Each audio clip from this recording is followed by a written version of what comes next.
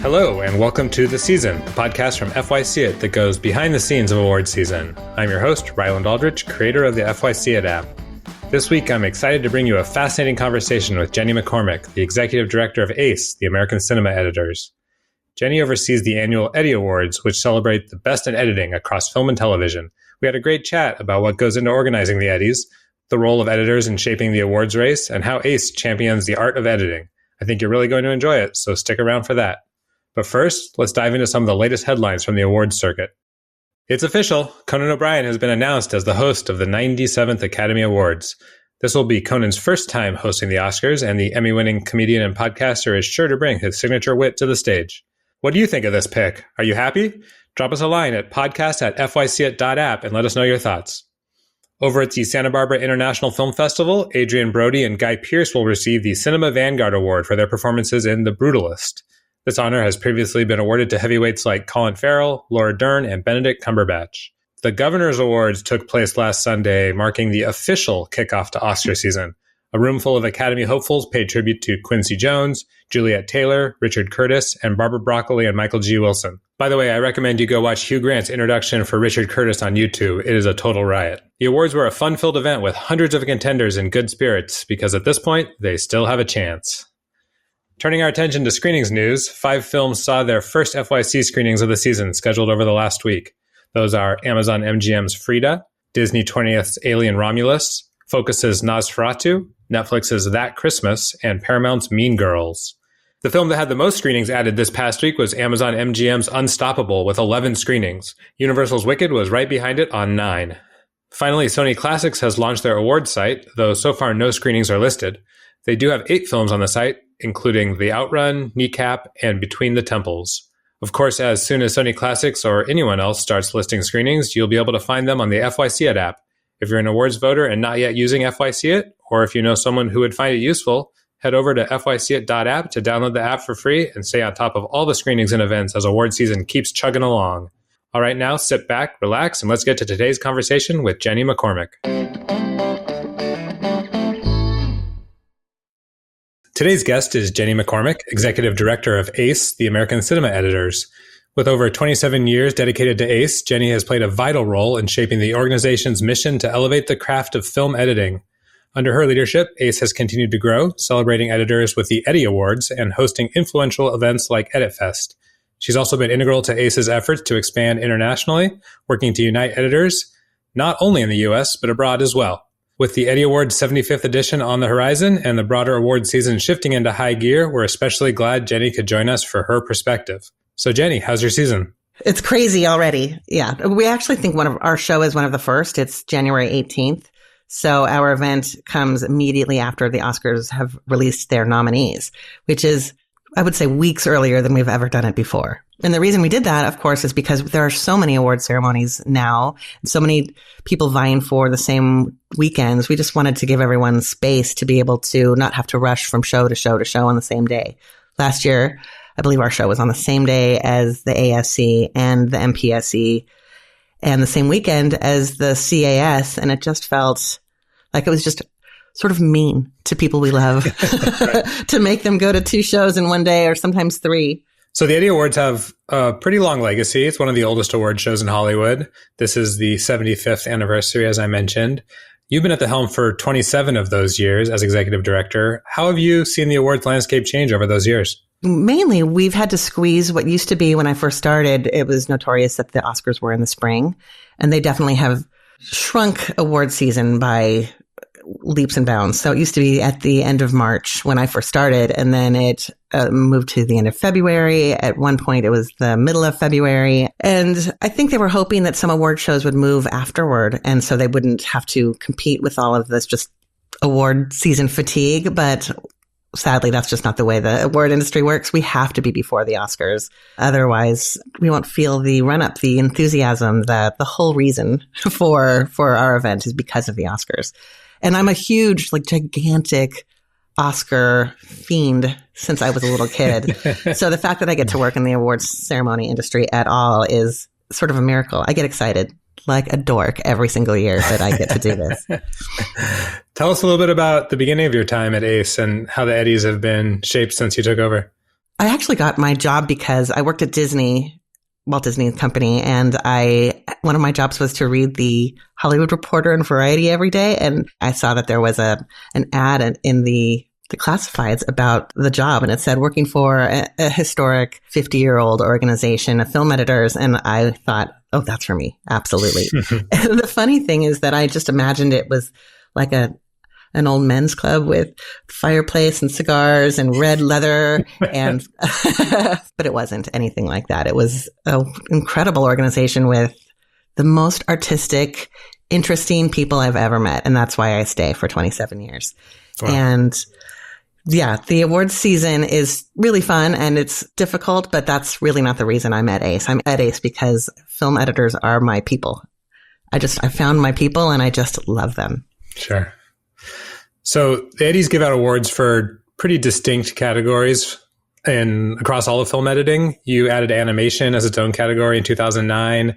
Before that, there was a split between comedy, musical, and dramatic back in 1999. You've also added a separate documentary award that dates back to the 70s. Can you tell us why it's important to recognize these distinctly different types of editing? Just because of that, there's so many different ways of telling a story.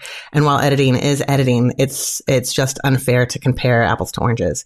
And so even recently, we've added a variety category where they have, the news shows and variety shows and specials and things like that. And that is completely not maybe different as far as the technique goes, but the genre is different. And so it's only fair to be able to shine light on everyone.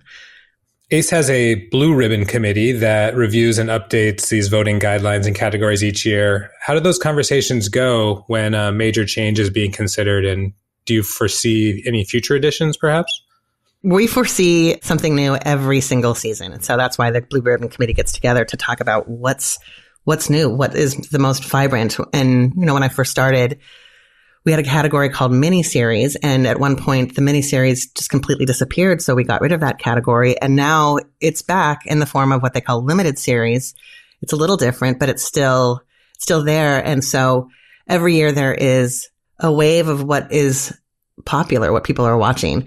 So we have to keep just growing with the direction, especially now, of course, streaming's there. And we used to have a network category versus HBO's Showtimes. And now we've combined those because it's just changed. The whole landscape of entertainment has changed and ACE has to go with it. Was there ever a category kind of debate that got particularly heated?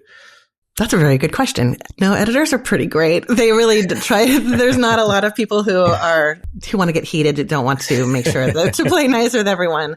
So it's the beautiful thing truly about ACE is that everyone, I would call it a democracy. So majority rules. And so there's votes and majority rules. And so there's no one probably except for me who gets butthurt about anything, but I don't get a vote.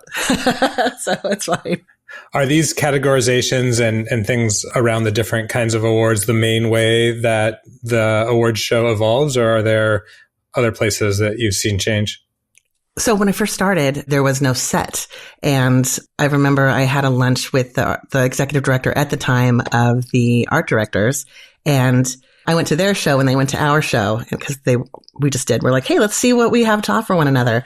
And their clips, they didn't have very well edited clips, and our set was non-existent. And we joined forces at one point. And so then we shared their set. We offered them editing services, and it was really great. And it was, we don't do that anymore because we've all figured it out. We all have different producers now, so we don't home produce everything anymore. But at the same time, it really did help me as a person who had never done an awards show go to their show and see, oh, wow, the lighting in this room really makes a difference. We're talking to the Beverly Hilton, and the art directors pointed out to us that we were all just sitting in the dark watching a show. And they said, hey, wouldn't it look nice if there was this or a spotlight or anything? And I went to their show and I was just amazed. And so that really did help ACE evolve, and just watching other people the way they do things and making sure that we don't stay stagnant in what we're doing is really important. One thing that we do now is that our show is in a theater.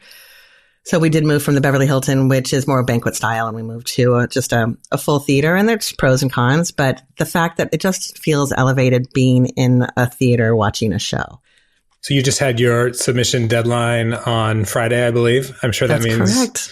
Things must be relatively crazy right now. Can you give us a sense of the scale of submissions that ACE handles and what happens now between the submissions closing and the nomination voting? We usually every year get from 600 to 1,000. Obviously, it's been a few hundred less because of the strikes this year.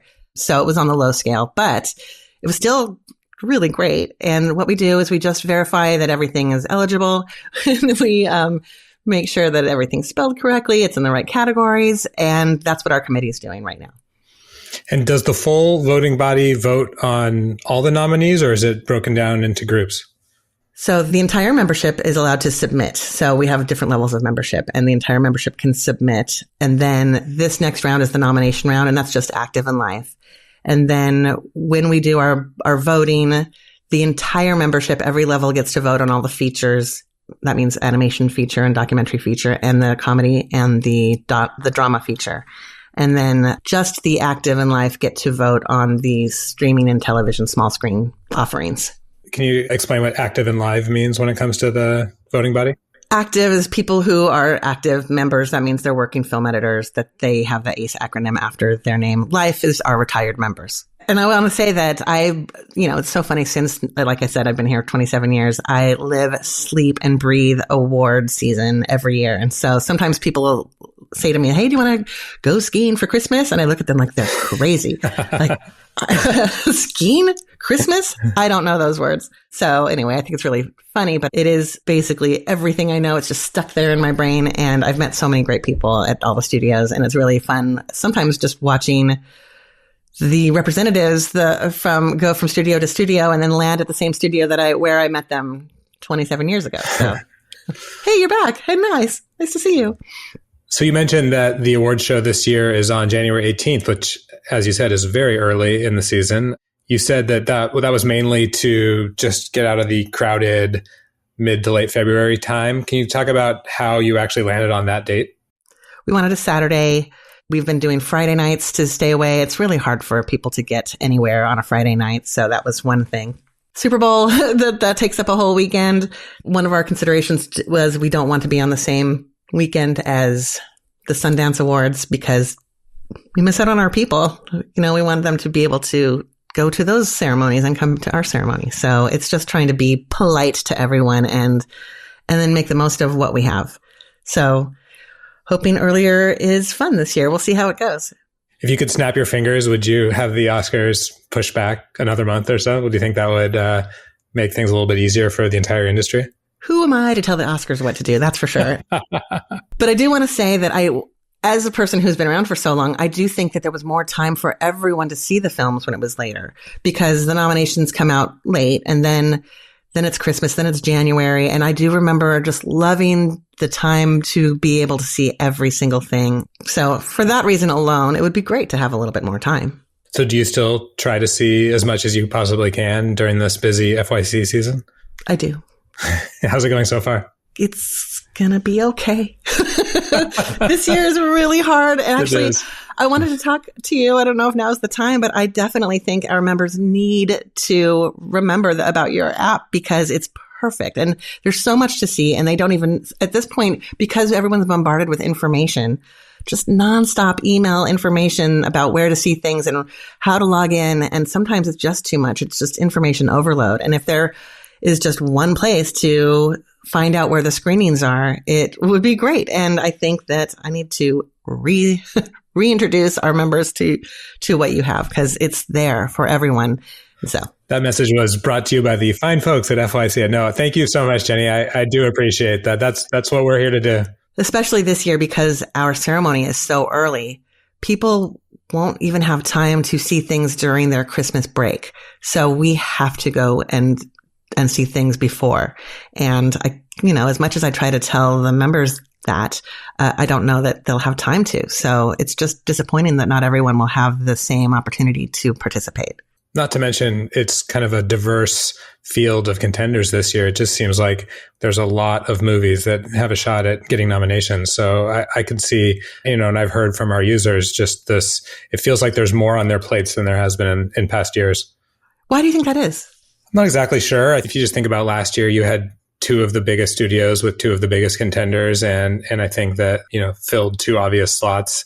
This year we have a few less really big contenders. There are obviously a couple that are pretty much locks, but then it seems like that 1B contenders field is just much, much larger than it has been in past years. And, it is still the beginning of November, so there's some time for some of that to get figured out. But what I've been just noticing, you have more movies with a little bit less of a push on all of them. So we'll see if that kind of just normalizes or if we continue on into, midwinter and there's still a lot of question marks out there. Just the last couple of weeks, I was like, oh, wow, all of these films are out and I had no idea they were coming. So I didn't do any research in advance to figure out how to get this going. And so now I feel like I'm scrambling. But that's the same every year, to be honest. It is. I always think, every single year, that this is the time I'm going to be in front of it. I'll know it all. I don't. Getting back to the Eddies, what do you have in store for this landmark 75th anniversary? Well, I'm pretty excited to tell you. We just did an announcement that our honorees are, the Golden Eddie is John M. Chu, and our Career Achievement Awards are Maisie Hoy and Paul Hirsch.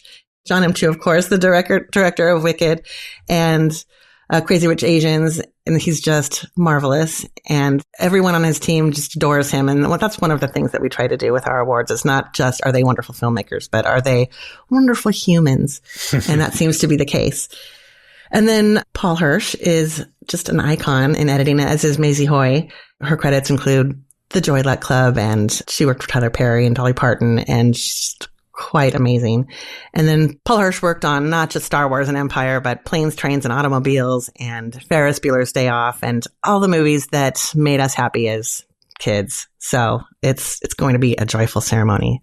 And Maisie Hoy is just one of the most incredible humans also. She has been on the board for years. She works tirelessly for causes on both the ACE board and the Editors Guild board, and to help humans. And I just love her. I'm really happy that she's being honored. That's great. Can you take us behind the scenes a little bit on the actual nuts and bolts of the preparation that goes into the ceremony? When does it start? And do you have like a whole team that is around you for planning and logistics? Yeah, so it used to be just me and the office, truly. And then when we moved from the Beverly Hilton to, we went to the Ace Hotel first, and then we went to, now we're at Royce Hall at UCLA. And basically our size doubled.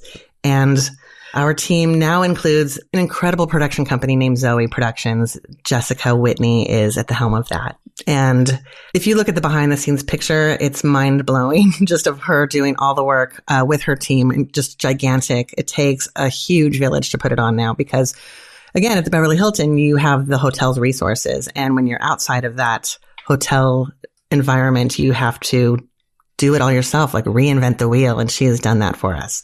It's a huge difference to go from about 900 to 1,000 people at the Beverly Hilton. And now we're more at 1,600. And it's just a lot more mouths to feed, and getting in and out of a location and just trying to navigate thousands of people and get them all in seats and happy is not easy. When does that production planning really get started?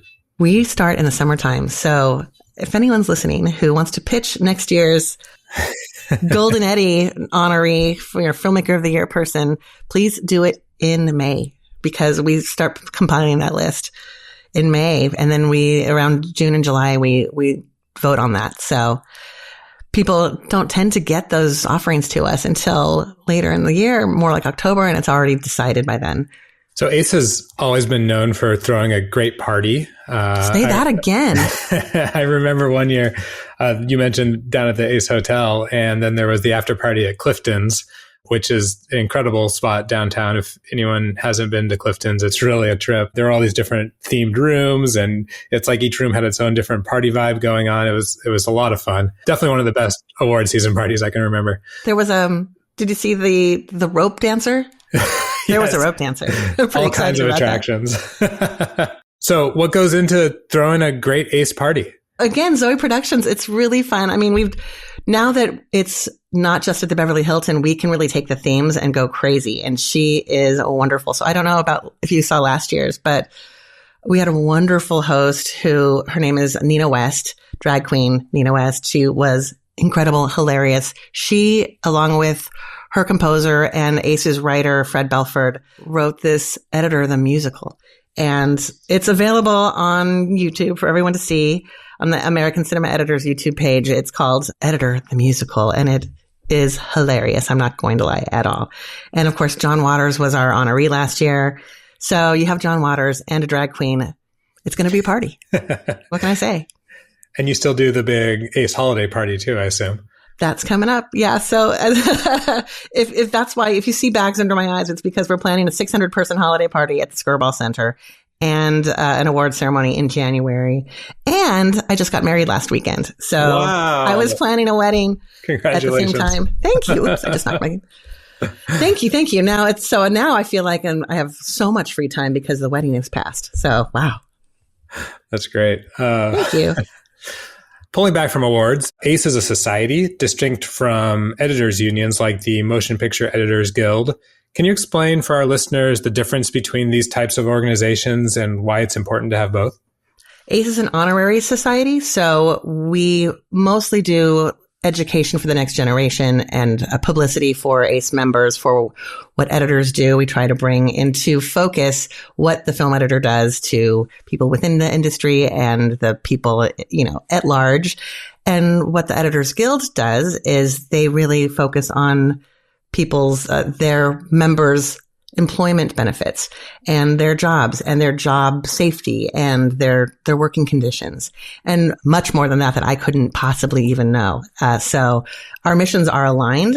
So we try to make sure that we support them in any way, and they definitely support us too. But ACE doesn't get involved in any of the employment mishigash because it is way beyond our scope.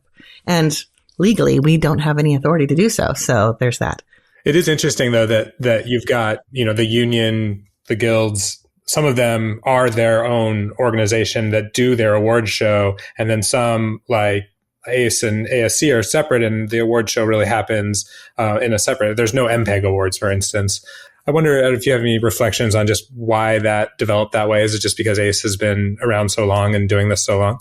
I'm sure that at one point the Motion Picture Editors Guild thought about doing an award ceremony, and if they did, ACE would support it. I think that they have so many different branches that they represent that it might be difficult to encompass it in one award ceremony. However, the more awards for editors, the better. That's what I always say. Let's talk about some of the other roles that ACE plays. You have your international partnership program that fosters connections between ACE and editors outside the U.S. Interestingly, these program participants also vote for the Eddies. Can you talk about the impact of that program, not only on the Eddies, but on the global editing community as well? Two of our board members started this about 10 years ago. One of them his name is Edgar Berkson, and he passed away this year. And it's been really, really hard to lose him. But he did foster this notion. He was himself from Amsterdam, from the Netherlands, and he wanted to make sure that the editing community felt smaller, closer. And he really did help us get to know editing communities all around the world. And now we definitely feel connected, but I'm really, really excited about what's happening. It's not close to being finished. I think that there's still a lot of work to do, but this year we had our EditFest was online. It's called EditFest Global, and we had editors from those societies all around the world in one place talking about just the differences in editing community and their jobs in general from different places. It was really beautiful. It sounds like it's a really incredible legacy that he left behind with this. So my condolences, of course. Thank you. You mentioned EditFest. Let's talk about that a little bit more. Can you tell me, what is that targeting? Really all editors? Is it editors at the beginning of their career? Is it youth? How does that work? Thank you for asking. I'm really excited to talk about EditFest. It started because there was a strike in 2008 and there was not a lot going on, and we were trying to make something happen for the editor community because nothing was going on, and it was just another way for ACE to bring people together. And one thing that we did notice was whenever there was a film fest that had an editors panel, people would they would charge the stage like they were rock stars. And I thought it was really funny. Like, hey, so my partner in this, her name is Chris Purse. So she is amazing. She and I were at a film fest and we saw this happen where the students in the audience rushed the stage to talk to the editors as if they were rock stars. And we were like, there's something here. And that's, it took a couple of years, but we got permission from our president at the time to make it happen for ACE. And for the very first year, it sold out and went like gangbusters. And it was 100 people in the beginning. And now it's 400 people. And now we have an online version that has a completely separate audience around the world. This year we had over 30 countries log in at the same time. And is this mostly like panels and conversations, or how does that work? It's keynotes, it's panels, it's conversations. And then also on the online version, there are one-on-one breakout sessions where all of the attendees can log in and actually have conversations with the people there. And there's also sort of a networking thing where it's like a speed dating thing where you push a button and you get to get connected with someone else, an editor from a different country. So sometimes someone from London will all of a sudden be talking to the president of ACE for 5 minutes. It's pretty fun. You mentioned that this sort of came about from seeing these young people want to talk to the editors. Is it really focused on young potential editors? Is there space there for editors, in the early years of their career as well? It started just being students. And then as it got more popular, then people from within ACE wanted to come and hear their peers speak. And then it just ballooned where it's students. Sometimes it's people from different art forms that want to hear just what the difference is between the editors and directors or writers. And it's really interesting to watch it evolve. Every single time I think it's really funny, but every single time I think to myself, I've heard all the editors talk for years. I'm just going to sit out this one and go outside and get some work done or check my email. And then the second I hear someone start talking, I go, ooh, this is pretty exciting. And I just sit down. And every single time I go, wow, I am an editor junkie. But they're really, really interesting. And like I said before, they're the best combination between artistic nerds. I love them. Are there any other ACE education initiatives or anything else that ACE has planned on the horizon that you want to talk about? We have this extremely successful internship program that's been going on since way before my time. And this year it's expanded. It was just in Los Angeles. And this year it expanded to New York and London. And I didn't think there would get that much interest in the other cities. And New York actually had more applications than Los Angeles did. And do you pair then the interns with different editors? Is that how that works? Yeah, the interns get paired with editors of different genres. So they get a narrative one, they'll get television, they'll get streaming, documentary, reality. So they definitely get a sort of a full rounded month of shadowing different editors. And then there's a lecture series for all the applicants. So even if you apply and you don't get it, we do make sure that you get connected with the community. That's great. Seems like these initiatives are a real fast track to a career as an editor. So that's really great to hear. It is. I do want to say, though, now more than ever, it's so hard out there to become an editor. And it's really hard, of course, for the current editors who are working or not working to be able to find a job. And so I think ACE's next mission really has to be to figure out how to help our members who are struggling. And that's not been a part of our mission, but I think it has to be. Well, we like to end our interviews on a little bit more of a fun note. We like to do a lightning round here. Are you game for some quick questions, quick answers? Okie dokie. All right. What is your favorite awards show to attend, other than the Eddies, of course? I would say the HPA Awards, or of course, I haven't been in a long time because I had children and that stopped me, but the MPSC is the best party. Do you prefer Emmy season or Oscar season? I like Oscar season. Emmy season's pretty great, though. I think that they're doing a good job making it exciting. What is your post-awards season ritual? The day after the Oscars, almost every single year, I watch the best feature that won again. What is your favorite past appetizer at a screening reception? Oh my God, that's really fun.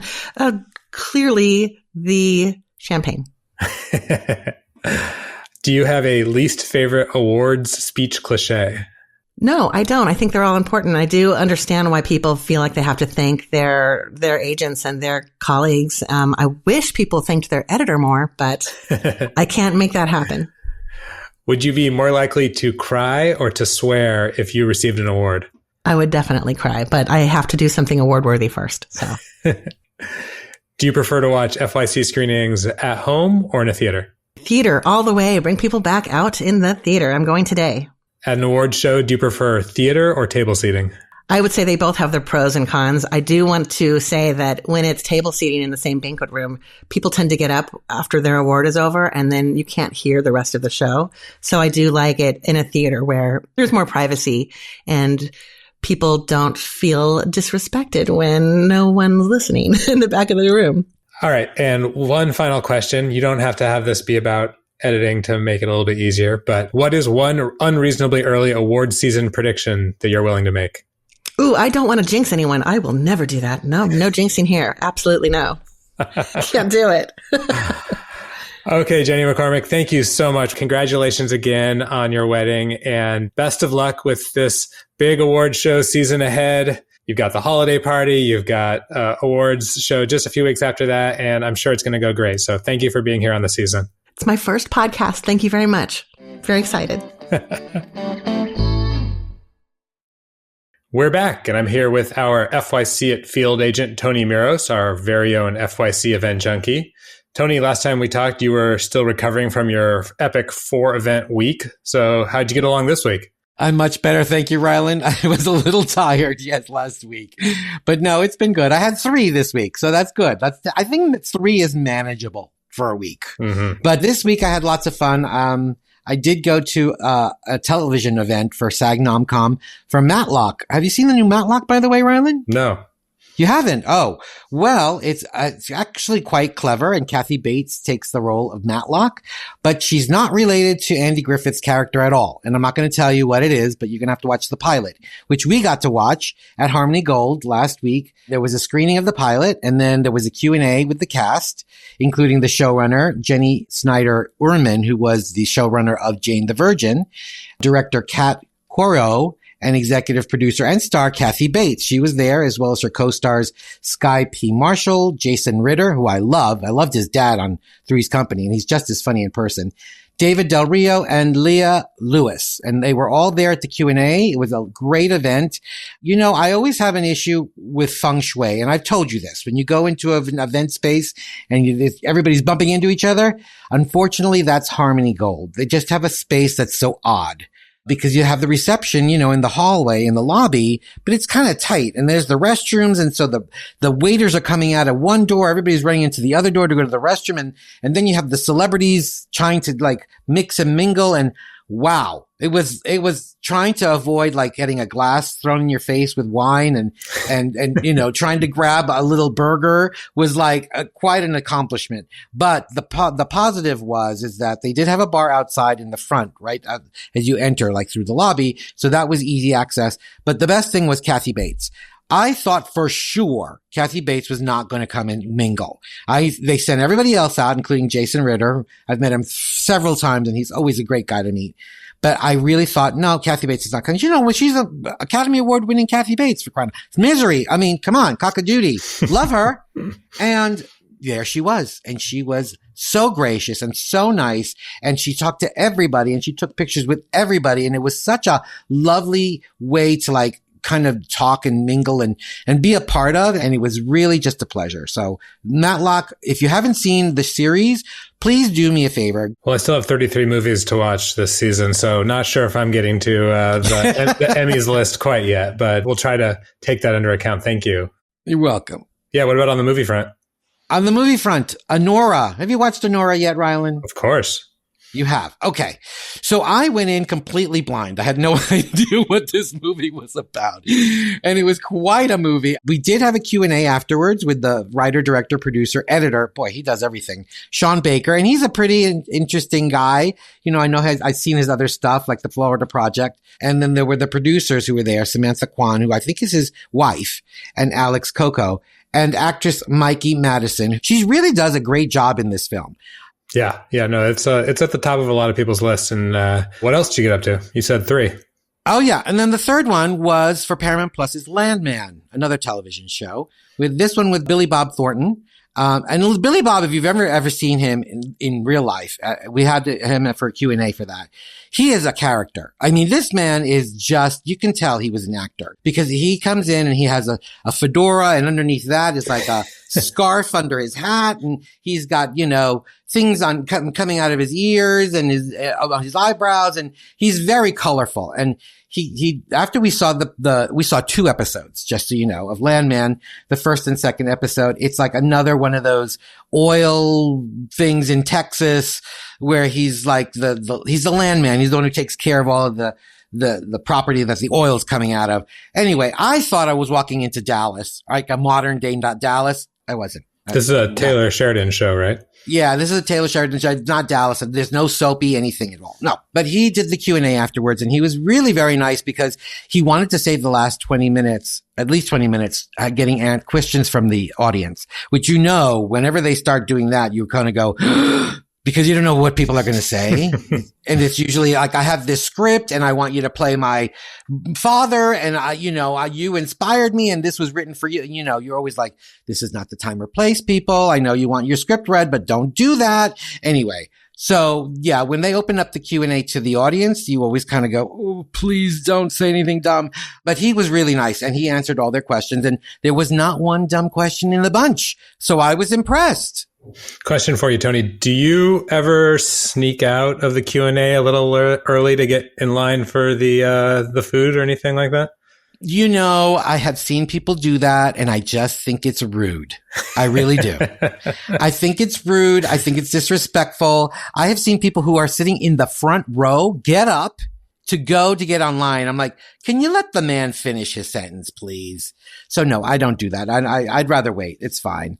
I'm a bit of a Q&A sneaker outer, I have to admit. But you're not in the front row, No, right? Okay. no. Okay. As long as you're not in the front row where everybody can see you get up and sneak out, and you're like, you're not sneaking. We all can see you. No. Do that in the back row. Yeah. But you know what? The food was really good for this event. It was at Linwood Dunn, which has good feng shui, by the way, if you put it together right, and they did. And it was a Texas barbecue kind of reception with a full buffet. So it wasn't just past stuff. They had past stuff, but they had a full 2 buffets actually where you could stand online, and everything was there. It was delicious, actually. We had a really good meal that night. But he was really nice. And he did mingle with people, and he took selfies. I did not do one because I have one with him already. Do you have a hard rule about no repeat selfies, or is there a time frame someone has to pass through before you'll go ask for another selfie? You ask good questions, Ryland. I have several selfies with people throughout the years, and it depends on who they are. Case in point, Jason Ritter, I've met him several times, and we always seem to get a selfie together. And that's because he's a fun guy to talk to. And I always go, you know what? Let's take another picture, because it's always fun to have him. But I have 2 photos with Kathy Bates. Yes, I do. I have one from when I was at the HBO party, the Emmy party, where she had gone on American Horror Story. I met her there on the red carpet, and then I met her for Matlock. So it depends on the person. Like, there's sometimes where I do a cutoff where I'm like, now it looks stalkery to get another selfie with this person, because now it's gone over the line. I think maybe 3 or 4 is kind of enough. Enough's enough. Unless they change their look, A coffee table book coming soon from FYCit Press, perhaps. There you go. The selfie book. Love it. Well, that sounds great. What do you have in store for the next week, Tony? Well, next week we have the LA premiere of director Malcolm Washington's film, The Piano Lesson, at the Egyptian Theater. So big, swanky premiere with the stars, red carpet and everything, and a special award screening of A Complete Unknown on the Fox Studio lot with a post-screening Q&A with the director and a couple of the actors. So it should be a fun week. Yeah, looking forward to hearing about a couple big contenders. Thanks as always to Tony Miros, our FYCit field agent, and another big thanks to the wonderful Jenni McCormick. A quick scheduling note, we'll be back in your feeds a day early on Wednesday next week, so you can be fully up to date on Awards World before you sit down to Thanksgiving dinner. We'd love to hear what you think of the season. You can leave us a review on your podcast app or drop us a line at podcast@fycit.app. If you enjoyed today's episode, please tell a friend. And don't forget to follow us on social media at FYCit.app. You can also visit FYCit.app to sign up for our newsletter, download the FYCit app, and stay up to date on everything happening this award season. Thank you again for listening. Join us next week for another episode of The Season as we dive deeper into the stories behind the awards. Until then, remember, at FYCit, award season starts here.